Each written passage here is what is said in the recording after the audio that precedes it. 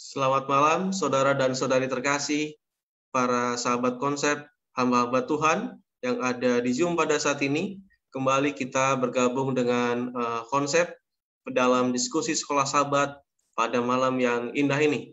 Baik, kita sudah memasuki pada pelajaran yang ketiga dengan judul Perjanjian Kekal. Inilah yang akan kita diskusikan pada saat ini.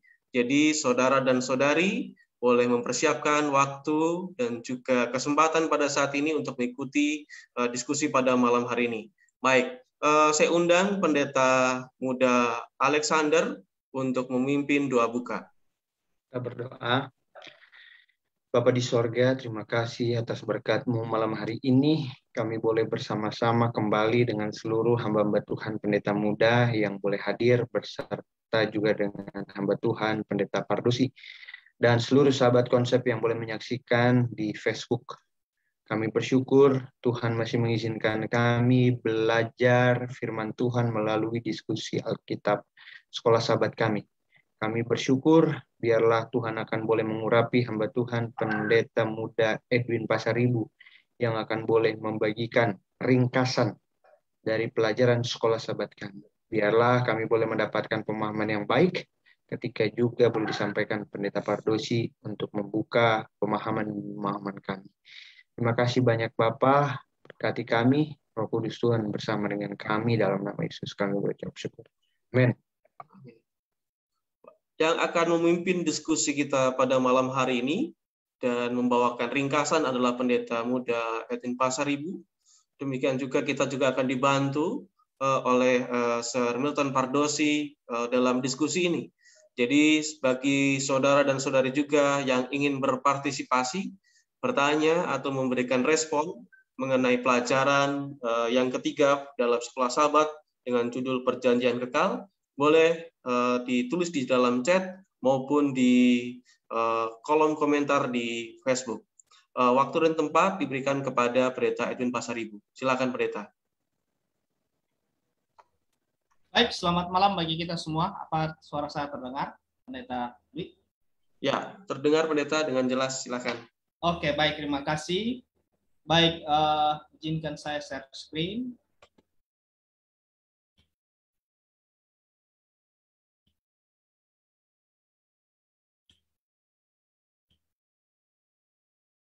Baik, apa screen saya sudah terlihat, Pendeta?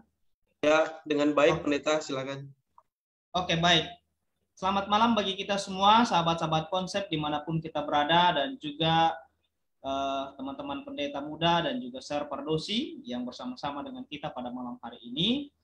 Judul pelajaran kita pada pelajaran yang ketiga ini adalah Perjanjian Kekal. Dan ringkasan pelajaran sekolah sahabat ini saya ambil dari ringkasan pelajaran sekolah sahabat yang disampaikan oleh Pendeta Pardosi. Jadi ada beberapa poin-poin yang akan saya sampaikan pada malam hari ini.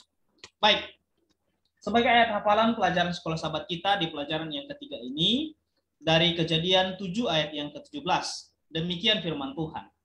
Aku akan mengadakan perjanjian antara aku dan engkau serta keturunanmu, turun-temurun, menjadi perjanjian yang kekal, supaya aku menjadi Allahmu dan Allah keturunanmu. Nah, dari ayat hafalan ini kita bisa lihat bahwa Allah mengikat perjanjian dengan Abraham serta keturunannya. Apa perjanjian antara Allah dengan Abraham? Perjanjian Allah dengan Abraham adalah perjanjian yang kekal, di mana isi perjanjiannya ialah bahwa Allah akan menjadi Allah Abraham dan juga keturunannya. Di dalam perjanjian kekal ini berkaitan juga dengan Injil yang kekal yang ditulis di dalam Wahyu pasal 14 ayat yang ke-16, di mana Injil yang kekal ini harus diberitakan kepada seluruh dunia, bangsa, kaum, suku, dan bahasa. Kekal artinya selalu eksis, sudah pernah ada dan tetap ada. Dan Injil ini telah dijanjikan dalam Yesus Kristus sebelum permulaan. Kita bisa lihat di dalam Titus 1 ayat yang kedua.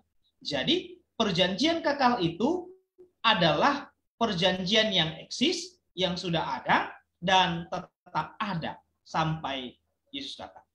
Inti daripada perjanjian kekal itu adalah Injil. Dan inti daripada Injil itu adalah perjanjian yang Allah buat dan tawarkan kepada manusia, yaitu keselamatan di dalam Yesus. Jadi, inti daripada perjanjian Allah itu adalah Injil. Dan Injil itu adalah keselamatan kita di dalam Yesus Kristus. Kita akan pelajari pelajaran kita di pelajaran hari Minggu. Judulnya adalah Perjanjian dan Injil. Dalam Alkitab, perjanjian dan Injil muncul bersamaan. Perjanjian pertama dengan Allah, yaitu antara Adam dan Hawa, akan datangnya Mesias yang akan meremukkan kepala ular, di mana ketika mereka sudah jatuh ke dalam dosa. Perjanjian dan Injil itu kembali dibuat dengan Nuh dan orang-orang sezamannya, bahwa yang masuk ke dalam bahtera akan selamat. Inti dari perjanjian itu adalah Injil.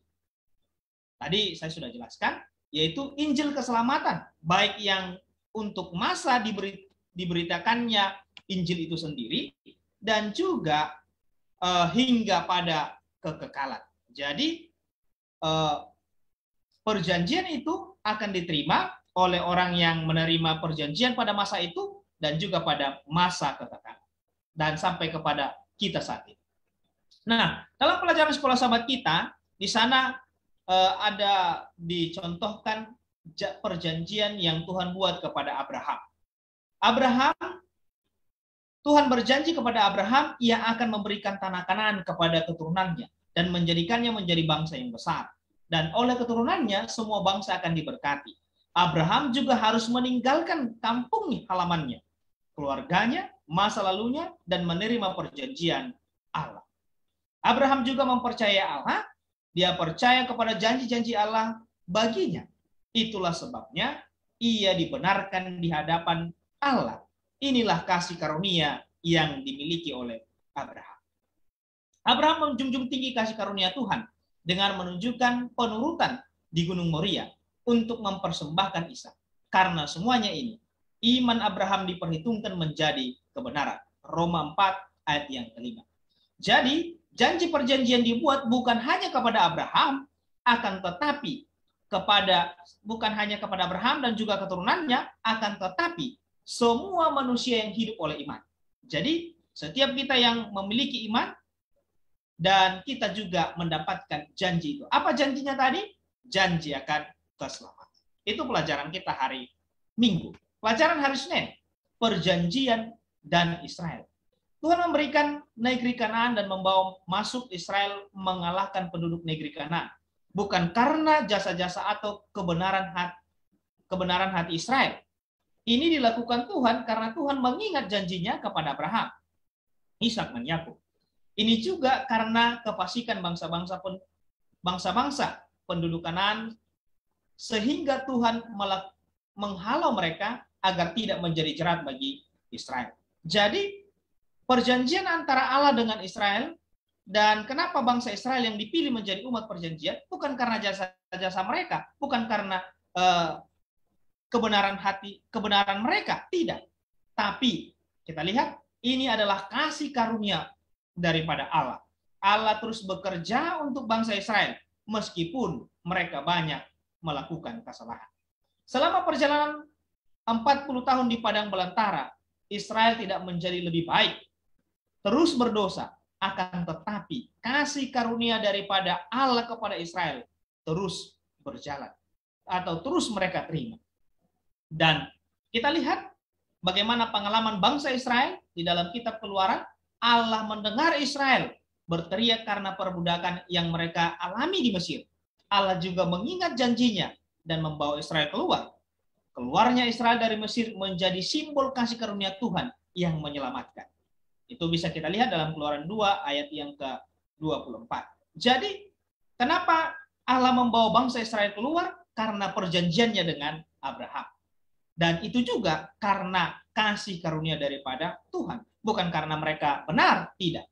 Intinya, bukan karena perbuatan baik dan benar yang bangsa Israel lakukan, maka Tuhan melepaskan Israel dari perbudakan. Tetapi karena kasih-Nya, maka Dia mendengarkan jeritan Israel dan mengingatkan janjinya.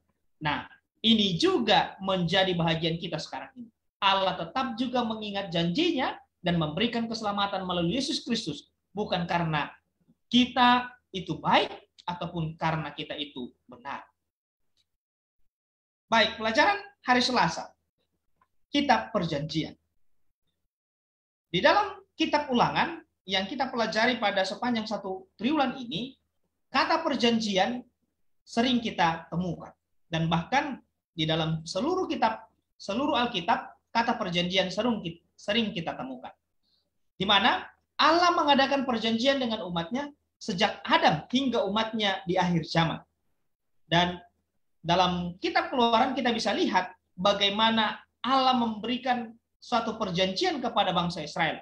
Dan Musa di kitab Ulangan mengulangi kembali perjanjian Allah dengan bangsa Israel di Gunung Sinai. Dan inilah perjanjian yang pertama. Apa itu perjanjian yang pertama? Yaitu bangsa Israel mengikat perjanjian dengan Tuhan dengan 10 hukum. Namun, mereka telah melanggar akan perintah Allah. Dan sekarang di kitab Ulangan, mereka kembali mengadakan perjanjian yang kedua. Bangsa Israel memasuki perjanjian yang kedua sebelum mereka masuk ke tanah Kanaan. Perjanjian yang kedua itu untuk menekankan kembali bagaimana pentingnya untuk memperbaharui kewajiban perjanjian di pihak Israel.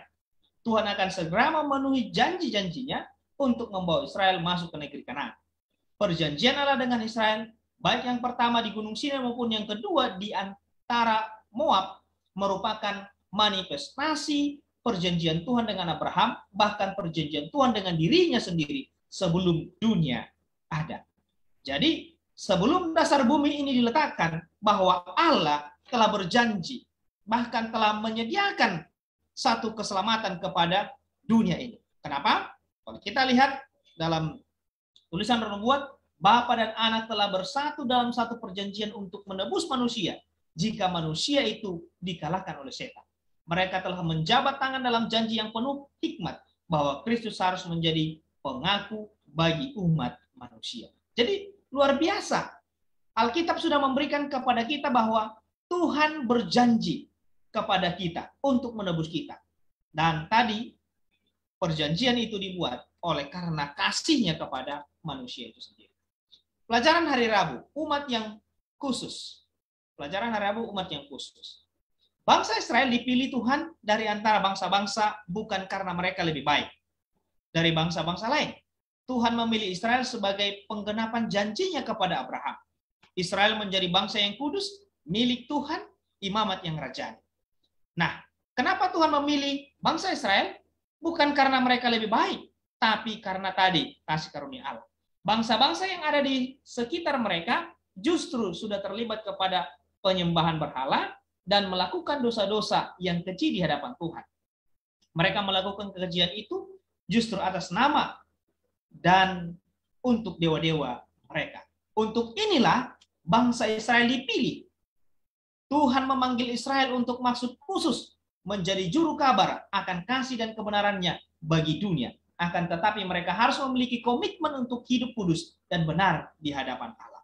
Jadi sebagai umat yang dikhususkan oleh Tuhan, dipanggil Tuhan untuk melakukan pekabaran kebenaran kepada bangsa-bangsa di sekitar bangsa Israel dahulu adalah mereka harus lebih dulu berkomitmen untuk menguduskan diri mereka. Dan komitmen itu diminta bukan besok, bukan nanti, tapi hari ini.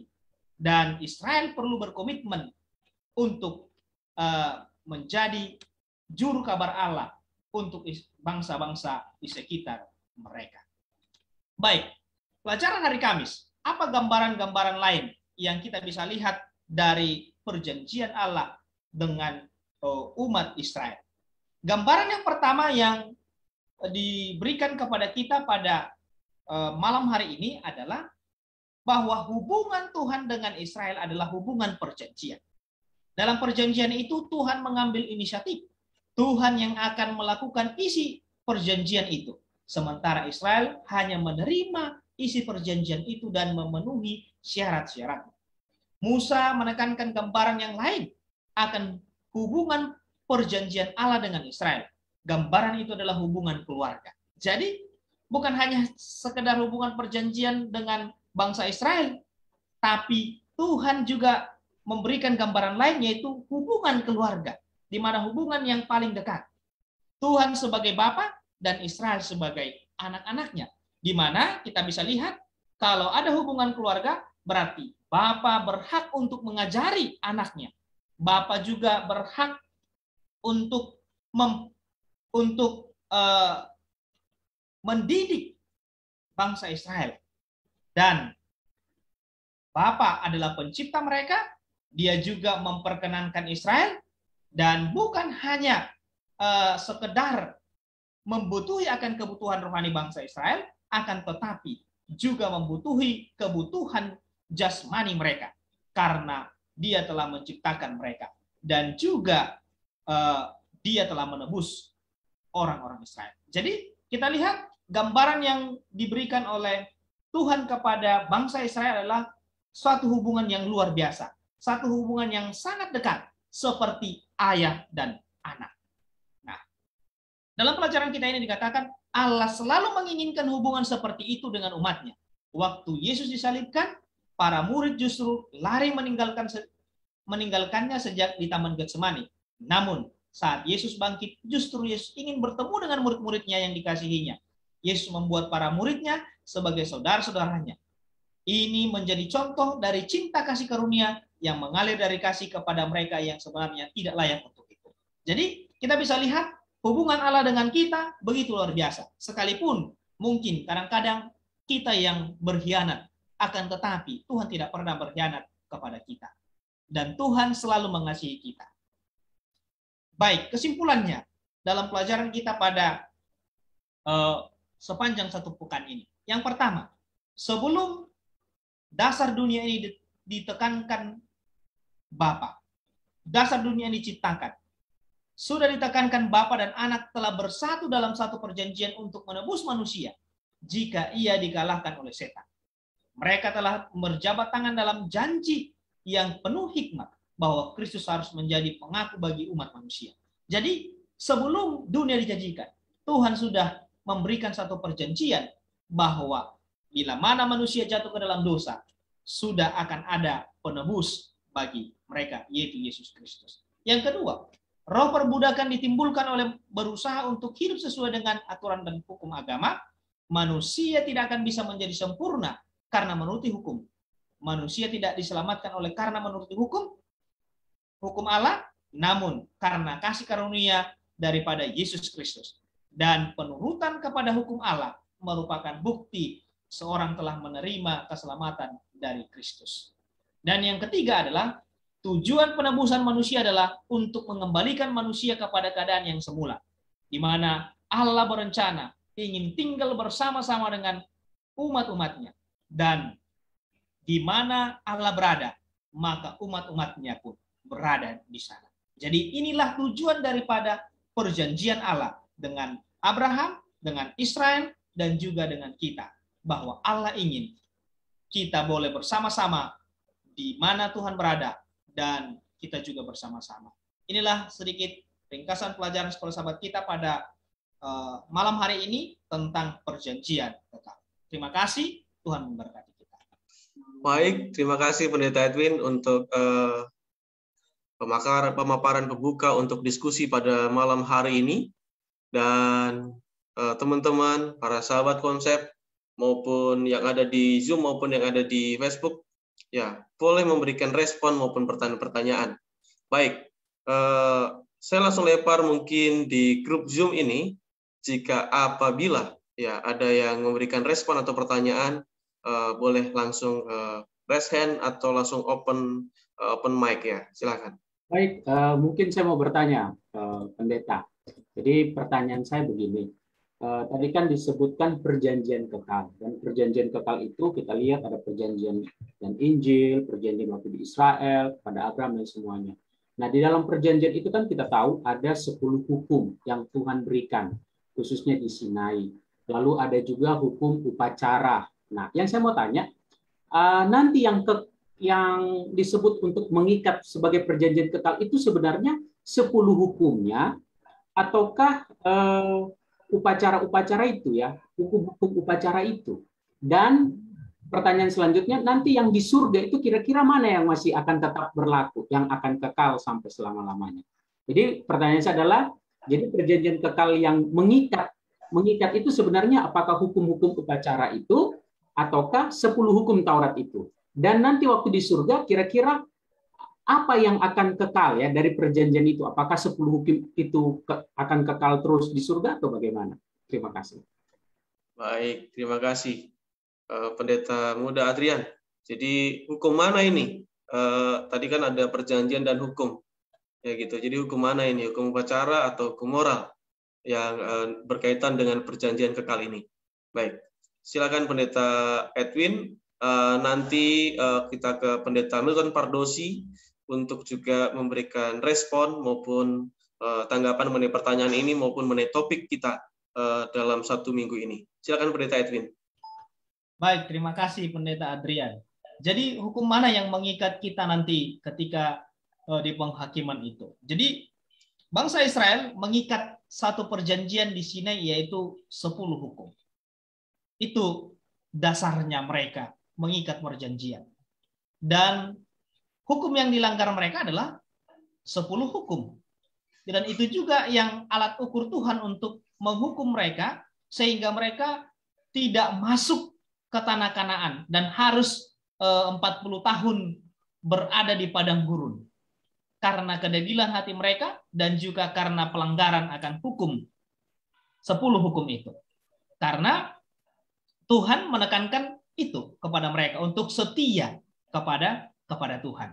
Dan yang kedua, nanti di sorga hukum mana yang akan berlaku? Apakah hukum upacara atau 10 hukum? Nah, kita tahu hukum upacara sudah digenapi ketika Yesus datang ke dunia ini dan dia mati bagi kita sebagai manifestasi daripada hukum upacara itu sendiri. Dan hukum mana yang akan dipakai juga di sorga? Ya, 10 hukum yang akan dipakai di sorga. Terima kasih. Baik, terima kasih untuk Pendeta Edwin. Ya, kita ke Pendeta Milton Pardosi. Ya, selamat malam, Sir. Selamat malam, salam jumpa kembali ya. Ya, Sir. Baik, terima kasih atas pemaparan materi Sekolah Sahabat yang disampaikan oleh Pendeta Muda Edwin Pasaribu ya. Dan juga terima kasih kepada para sahabat konsep yang sudah menyaksikan secara live di Facebook ya, Cohen Serves. Pada malam hari ini pelajaran kita ini seperti disampaikan tadi bertopik tentang perjanjian kekal. Kenapa disebutkan kekal? Oleh karena ini sudah disiapkan Tuhan, sudah dibuat oleh Tuhan jauh sebelum manusia itu ada. Jauh sebelum Israel ada. Perjanjian ini dibuat Tuhan sebelum bahkan manusia diciptakan. Tujuannya adalah bila mana manusia itu ternyata memilih untuk tidak menurut kepada Tuhan, maka Tuhan sudah menyiapkan jalan keselamatan. Perjanjian ini pertama sekali dinyatakan kepada Adam dan Hawa di Taman Eden. Ketika Adam dan Hawa berbuat dosa. Lalu perjanjian ini diulangi kembali kepada satu keluarga, yaitu keluarga Abraham. Dan dari keluarga Abraham inilah Tuhan memberikan kembali perjanjian itu kepada keturunan Abraham, yaitu bangsa Israel, khususnya yang keluar dari Mesir, di mana di Gunung Sinai Tuhan mengikat perjanjian dengan bangsa Israel. Perjanjian ini adalah perjanjian untuk keselamatan. Keselamatan bukan hanya Israel, tapi keselamatan untuk seluruh dunia. Keselamatan itu akan datang melalui Israel. Keselamatan itu akan dibawa oleh Israel. Yaitulah Yesus Kristus. Kabar keselamatan itu akan dibawa oleh Israel kepada seluruh dunia. Nah, perjanjian ini terkait kepada apa? Terkait kepada kasih karunia Tuhan.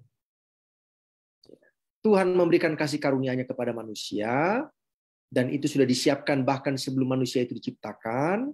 Ketika manusia itu berdosa, maka Tuhan menyatakan kasih karunia itu dengan memberikan kepada Adam dan Hawa pakaian dari kulit binatang yang menggambarkan akan kematian Yesus Kristus. Nah, ketika Tuhan sudah menyelamatkan manusia yang seharusnya mati, dengan tujuan untuk manusia itu boleh mendapatkan kembali kehidupan kekal yang sudah hilang karena jatuh dalam dosa itu, maka setelah Tuhan menyiapkan keselamatannya, menjamin keselamatan itu, maka Tuhan menuntut sesuatu dari manusia. Apa yang dituntut Tuhan adalah penurutan. Penurutan kepada apa? Nah, inti dari semua hukum yang ada dalam perjanjian lama itu adalah 10 hukum Tuhan. Dan 10 hukum Tuhan ini sebenarnya dibuat menjadi negatif karena manusia itu sudah jatuh dalam dosa. Sebenarnya hukum Allah itu adalah positif, tidak ada yang negatif. Ya. Hukum kasih, ya. Kalau kita sudah ingat, ya, Yesus katakan, kasihlah Tuhan Allahmu, kasihlah sesama manusia. Jadi hukum kasih. Tetapi kenapa dijadikan menjadi negatif? Karena manusia itu sudah jatuh dalam dosa. Nah, hukum kasih ini menjadi hukum universal. Bukan hanya di bumi ini, tapi juga di seluruh alam semesta ini. Di sorga sekalipun. Setan jatuh karena dia sudah tidak mengasihi Allah. Dia lebih mengasihi dirinya sendiri. Jadi, hukum apa yang kekal ini? Ya hukum kasih itu. Hukum kasih itu. Ya, di sorga nanti tidak ada lagi bunyi istilah jangan membunuh, tidak ada lagi. Karena itu adalah hukum negatif, saudara. Sementara di sorga tidak ada hukum negatif. Di sorga itu hukumnya apa? Positif. Kasihlah apa? Tuhan Allahmu, kasihilah sesamamu. Ya, nanti di sorga pun kita harus tetap mengasihi sesama kita. Ya. Jadi itulah. Ya. Nah, kalau sekarang kita mungkin menyatakan itulah 10 hukum Allah. Nah, tapi saya lebih senang membawa bahwa inti 10 hukum Allah itu adalah kasih. Ya. Dan itulah yang menjadi pengikat, menjadi standar hukum universal di seluruh alam semesta, bahkan di sorga. Terima kasih. Baik, terima kasih, Sir Fardosi. Baik, sebelum teman-teman nanti sahabat-sahabat konsep dan para hamba Tuhan yang ada di Zoom untuk menanggapi kembali, ini ada pertanyaan. Apakah perjanjian Allah kepada Abraham masih berlaku bagi kita saat ini? Karena kita tidak keturunan Israel. Ya, jadi apakah perjanjian Allah dengan Abraham, ya, itu berarti bisa diartikan apakah itu hanya untuk keturunan Israel dan apakah itu juga berlaku bagi kita? Ya. Silakan Pendeta Edwin Pasaribu. Baik, terima kasih Pendeta Dwi. Perjanjian Allah dengan Abraham adalah bahwa Abraham akan menjadi bangsa yang besar dan dari garis keturunannya lah keselamatan itu sendiri atau pembawa keselamatan itu sendiri. Dan Allah berjanji kepada Abraham lewat keturunannya maka Mesias datang. Nah, sekarang pertanyaannya adalah apakah perjanjian kepada Abraham masih berlaku sampai sekarang? Ya, perjanjian dengan Abraham sudah selesai dan sudah digenapi. Tetapi apakah perjanjian yang lain mengenai engkau akan menjadi berkat, engkau akan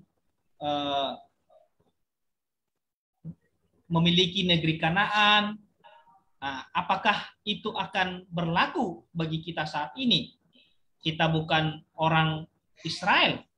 Nah, secara Israel rohani, kita memiliki hak juga. Kita juga memiliki janji itu. Apa janjinya kepada kita? Tuhan akan menyertai kita. Tuhan juga akan menjadikan kita menjadi berkat bagi orang lain.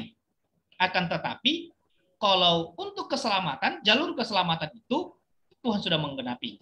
Jadi yang menjadi yang berlaku bagi kita saat ini adalah kita bisa menjadi berkat bagi orang lain dan kita juga bisa menjadi saksi bagi orang lain seperti bangsa Israel tadi menjadi saksi bagi orang lain dan kita perlu fokus untuk itu dan itu mungkin yang masih berlaku untuk kita. Terima kasih.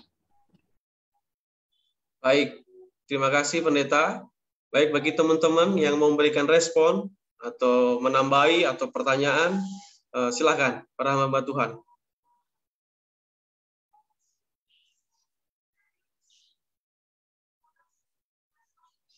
Halo? Ya, silakan Pendeta Alex. Ya.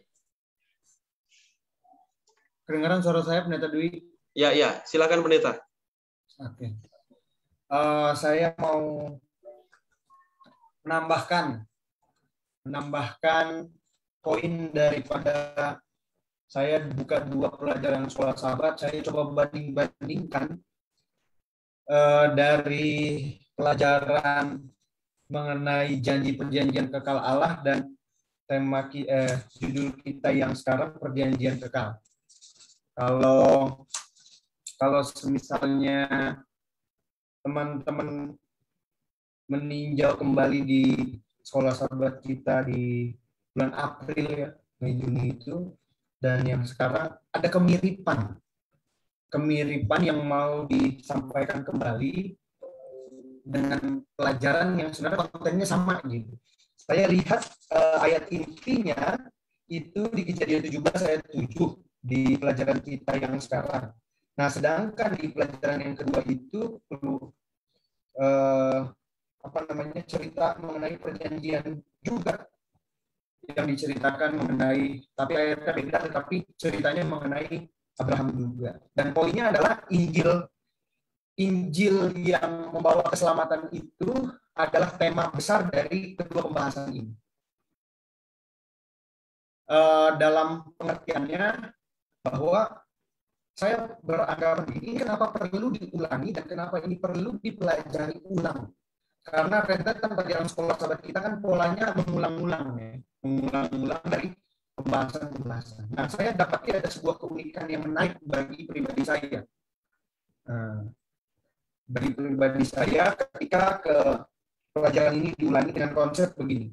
Saya tertarik dengan bagaimana cerita Abraham ini selalu dikaitkan ketika membawa konsep keselamatan yang diberikan kepada umat pilihan. Dan pelajaran ini saya senangnya ketika keselamatan dan misi pembawa keselamatan itu berbeda. Dan inilah yang mau disampaikan kepada pelajaran sekolah sahabat kita. Semua orang berhak selamat melalui Injil itu, tetapi tidak semua orang dikhususkan membawa misi penginjilan atau Injil kekal itu. Nah, terkhusus bagi gereja kita ini mendapatkan paket komplit begitu. Misi gereja kita itu pakai komplit untuk memberitakan keselamatan, dan saya bersyukur sekali ketika belajar mengenai perjanjian utama dan perjanjian kekal ini mengingatkan saya kembali supaya saya sudah selamat, tapi saya juga membawa misi keselamatan itu. Nah, inilah yang membantu saya ketika membandingkan pelajaran sekolah sahabat kita di triwulan sebelumnya. Dan saya sangat bersyukur ini diulangi kembali supaya meyakinkan anggota jemaat bahwa kita ini sudah diselamatkan dan kita membawa misi sebuah keselamatan itu. Tuhan berkati. Baik, ya. Sebelum kita ke Serpardosi, kebetulan ini saya mau sapa-sapa dulu teman-teman yang ada di Facebook, ya. Ada Ibu Yud Paidi yang memerhatikan diskusi kita pada saat ini. Selamat malam Ibu. Ya, kemudian ada Nur Hayati Ati, ya, mengucapkan selamat malam untuk kita semuanya. Selamat malam Ibu Nur Hayati Ati. Kemudian ada Saudara Michael Menawan, selamat malam. Diucapkan ini khusus untuk Pendeta Milton Pardosi. Selamat malam Saudara. Kemudian ada Bapak Letus Tarung Anggraha, ya. Kebetulan Bapak Letus Tarung ini juga memberikan pertanyaan yang mungkin berkaitan dengan pertanyaan yang sudah barusan kita bahas, yaitu apa bukti kasih karunia untuk orang di luar Israel atau orang-orang Israel rohani. Oke. Baik, silakan Pak Pendeta Milton Pardosi boleh menanggapi. Baik, terima kasih. Di Perjanjian Lama kita melihat bahwa Tuhan itu kasih kesempatan kepada bangsa-bangsa non-Israel untuk bertobat dan selamat. Contohnya bangsa Niniwe itu dikasih Tuhan kesempatan. Dan ketika Niniwe itu bertobat, ya Tuhan tidak jadi musnahkan dengan api Namun ketika 150 tahun kemudian, zaman Nabi Nahum, bangsa itu akhirnya dibinasakan juga karena mereka tidak bertobat. Di Perjanjian Baru, kalau saudara perhatikan, rasul-rasul itu juga menginjil kepada yang bukan Kristen, yang bukan Yahudi. Ada yang dikenal dengan Cornelius, panggilan Makedonia itu ya, Paulus gitu ya, dan lain sebagainya. Jadi itulah bukti-bukti bahwa kasih karunia itu berlaku kepada semua orang. Jadi seringkali kita salah mengerti bahwa Tuhan itu hanya mau menyelamatkan orang Israel. Enggak, saudara. Enggak. Tapi keselamatan ini kan harus ada, datang dari mana gitu loh. Yesus itu mau lahirnya dari mana kan gitu. Nah, Tuhan sudah memilih Yesus itu lahirnya dari keturunan Abraham. Nah, kita nggak boleh komplain, itu hak Tuhan, itu cara Tuhan. Ya. Kemudian, keselamatan ini siapa yang bawa ke seluruh dunia? Ya orang Israel, karena dari Israel itulah datangnya, lahirnya juru selamat itu. Makanya rasul-rasul itu dipilih untuk membawa kabar keselamatan itu. Namun setelah rasul-rasul itu bekerja, maka kabar keselamatan ini bukan hanya dibawa oleh orang Israel, tapi juga dibawa oleh siapa? Oleh orang-orang yang bukan Israel. Makanya di Perjanjian Baru itu kan banyak tokoh-tokoh pengabar Injil yang bukan orang Israel. Yang mendirikan gereja-gereja di rumah-rumah itu. Ya, kayak Aquila dan Priscilla dan sebagainya ya. Itu kan salah satu bukti bahwa keselamatan itu, kasih karunia itu memang dibuka untuk semua orang. Asal menerima. Nah, yang sedihnya adalah bangsa Israel, orang Yahudi justru tidak menerima gitu. Sebagian gitu. Nah, sebagian lagi apa? Menerima. Ya, jadi itu yang kita perlu lihat bagaimana dari sejak perjanjian lama bahwa keselamatan itu memang dibuka kepada semua bangsa. Melkisedek itu apakah orang Israel? Enggak. Malah Israel belum ada di zaman Melkisedek karena yang ada baru Abraham, betul? Lalu apakah mertua Musa yang adalah imam Tuhan itu Jethro itu orang Israel? Enggak. Tapi mereka juga mengetahui tentang keselamatan itu. Makanya mertua Musa itu disebut sebagai imam di padang Midian. Baik, itulah dulu yang saya boleh sampaikan. Baik, terima kasih Pak Pendeta Sir Milton Pardosi. Ya, bagi teman-teman, para sahabat yang ada di Zoom, boleh memberikan tanggapan ataupun respon ya berkaitan dengan topik kita pada malam hari ini. Ya, silakan.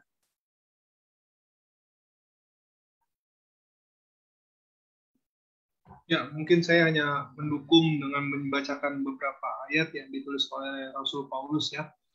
Dalam Galatia 3 ayat 16, dikatakan, adapun kepada Abraham diucapkan segala janji itu dan kepada keturunannya. Tidak dikatakan kepada keturunan-keturunannya, seolah dimaksud banyak orang, tetapi hanya satu orang, dan keturunanmu yaitu Kristus. Ya. Dan di ayat 28 dan 29, dari mulai ayat 27 saya baca ya. Karena kamu semua yang dibaptis dalam Kristus telah mengenakan Kristus. Dalam hal ini tidak ada orang Yahudi atau orang Yunani, tidak ada hamba atau orang merdeka, tidak ada laki-laki atau perempuan, karena kamu semua adalah satu dalam Kristus Yesus.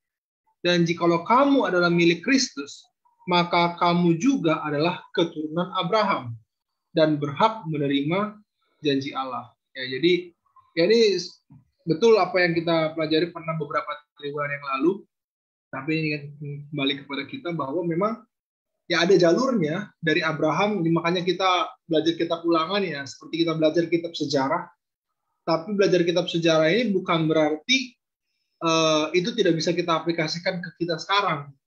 Tentu apa yang terjadi di masa lalu itu ada maknanya dan ya bisa kita bisa kita maknai kepada kita sekarang, dan ada maksud Tuhan di sana bagi kita, termasuk ketika hadirnya juru selamat Yesus Kristus melalui keturunan Abraham.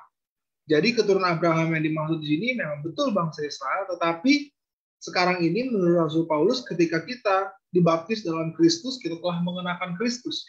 Tidak ada lagi golongan bangsa-bangsa tertentu, tetapi jika kita adalah milik Kristus, maka kita juga adalah keturunan Abraham dan berhak menerima janji Allah.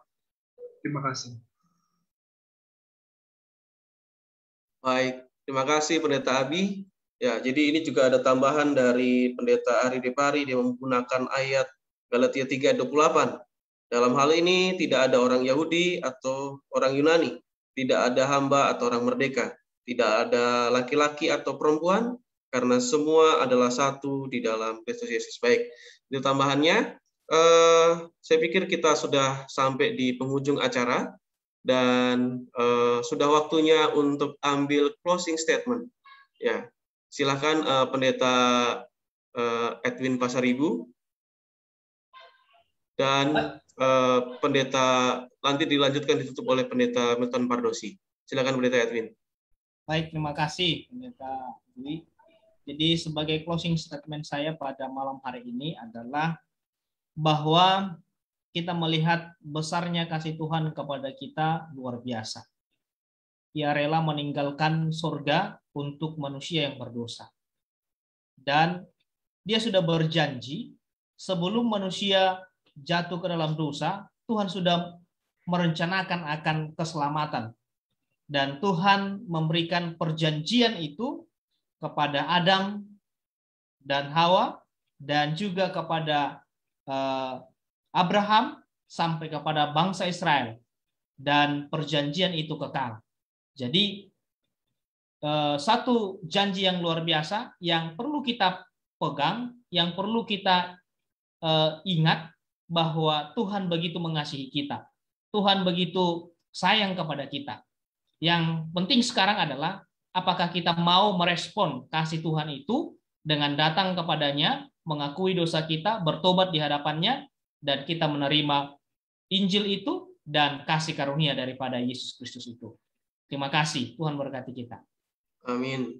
Baik, silakan Sir Pardosi. Baik, terima kasih ya. Perjanjian itu dibuat supaya ada ikatan.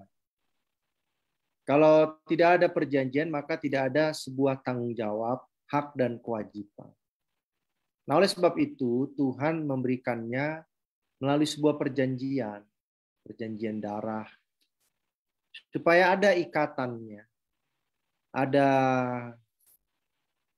kewajiban Israel, dan ada hak yang Israel akan dapatkan.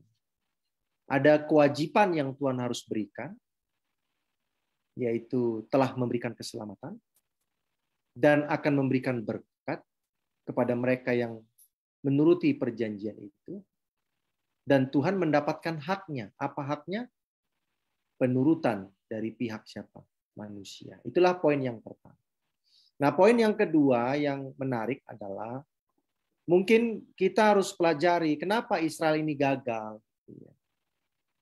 Nah, dalam sebuah perjanjian itu kan kadang-kadang ada yang gagal, ada yang dibatalkan. Nah, kenapa salah satu pihak dari yang mengadakan perjanjian itu menyimpang dari perjanjian yang dia sudah terima? Nah, mungkin ini menjadi perenungan bagi kita semua, karena Tuhan juga sudah membuat perjanjian bagi kita. Israel modern, keturunan Abraham yang tadi dibacakan dalam Galatia 3:28 itu. Nah, apakah kita tidak akan bisa mengulangi kesalahan yang sama seperti Israel? Ketika Israel itu mengingkari perjanjian, yaitu kewajiban mereka untuk menuruti. Manusia itu sebenarnya pengennya diberkati, tapi menurutnya nggak mau. Gitu. Bagaimana ya kalau bisa nggak menurut tapi diberkati? Itu kayaknya enak hidup gitu ya. Nggak menurut tapi diberkati. Dan itulah keinginan Israel itu. Karena mereka menganggap kami adalah bangsa yang kudus, imamat yang rajani, umat pilihan Tuhan. Jadi apapun kita buat pasti kita diberkati. Ya, ini sama seperti anak kesayangan ya dalam rumah tangga. Anak kesayangan itu saking disayangnya, nakal pun dia tetap aja disayangi. Semakin nakal dia, semakin disayangi. Nah, mungkin Israel itu berpikir begitu. Nah, jangan-jangan umat Tuhan di akhir zaman ini ada juga pikirannya begitu sekarang. Ya. Menurut nggak mau, tapi pengen diberkati tiap hari. Makanya nggak lupa berdoa tiap pagi kan, minta diberkati terus. Tapi pagi berdoa minta diberkati, sepanjang pagi sampai sore nggak menurut gitu. Ini kira-kira doanya bagaimana di langit sana gitu ya? Lenyap di telan angin gitu atau bagaimana? Gitu. Nah, ini yang perlu kita renungkan ya. Kalau saya sih bisa kasih dua hal yang paling tidak ya. Mengapa Israel itu gagal? Yang pertama adalah dari diri mereka sendiri, bahwa memang ada dasar roh tidak menurut itu dalam diri mereka. Roh memberontak, roh keras kepala, tegar tengkuk, itu Tuhan yang katakan. Lalu yang kedua, pengaruh dari luar. Pengaruh dari luar ini besar sekali, saudara. Nah, di akhir zaman pun ini akan terjadi. Dirinya sendiri sudah ada masalah karena memang ada roh tidak mau menurut. Pada saat yang sama kita membiarkan diri kita berada di tengah-tengah pengaruh yang negatif. Sehingga akhirnya roh yang sudah ada benih tidak mau menurut, memberontak itu semakin besar dia, semakin bertumbuh.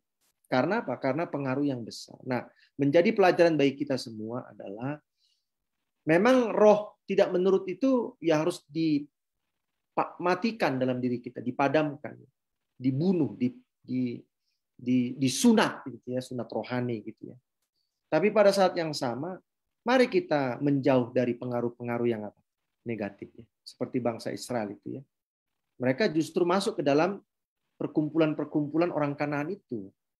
Dalam kesenangan, dalam keduniawian, kemakmuran, dan akhirnya terlibat kepada penyembahan berhala orang Kanaan itu. Karena mereka tidak menarik diri dari pengaruh.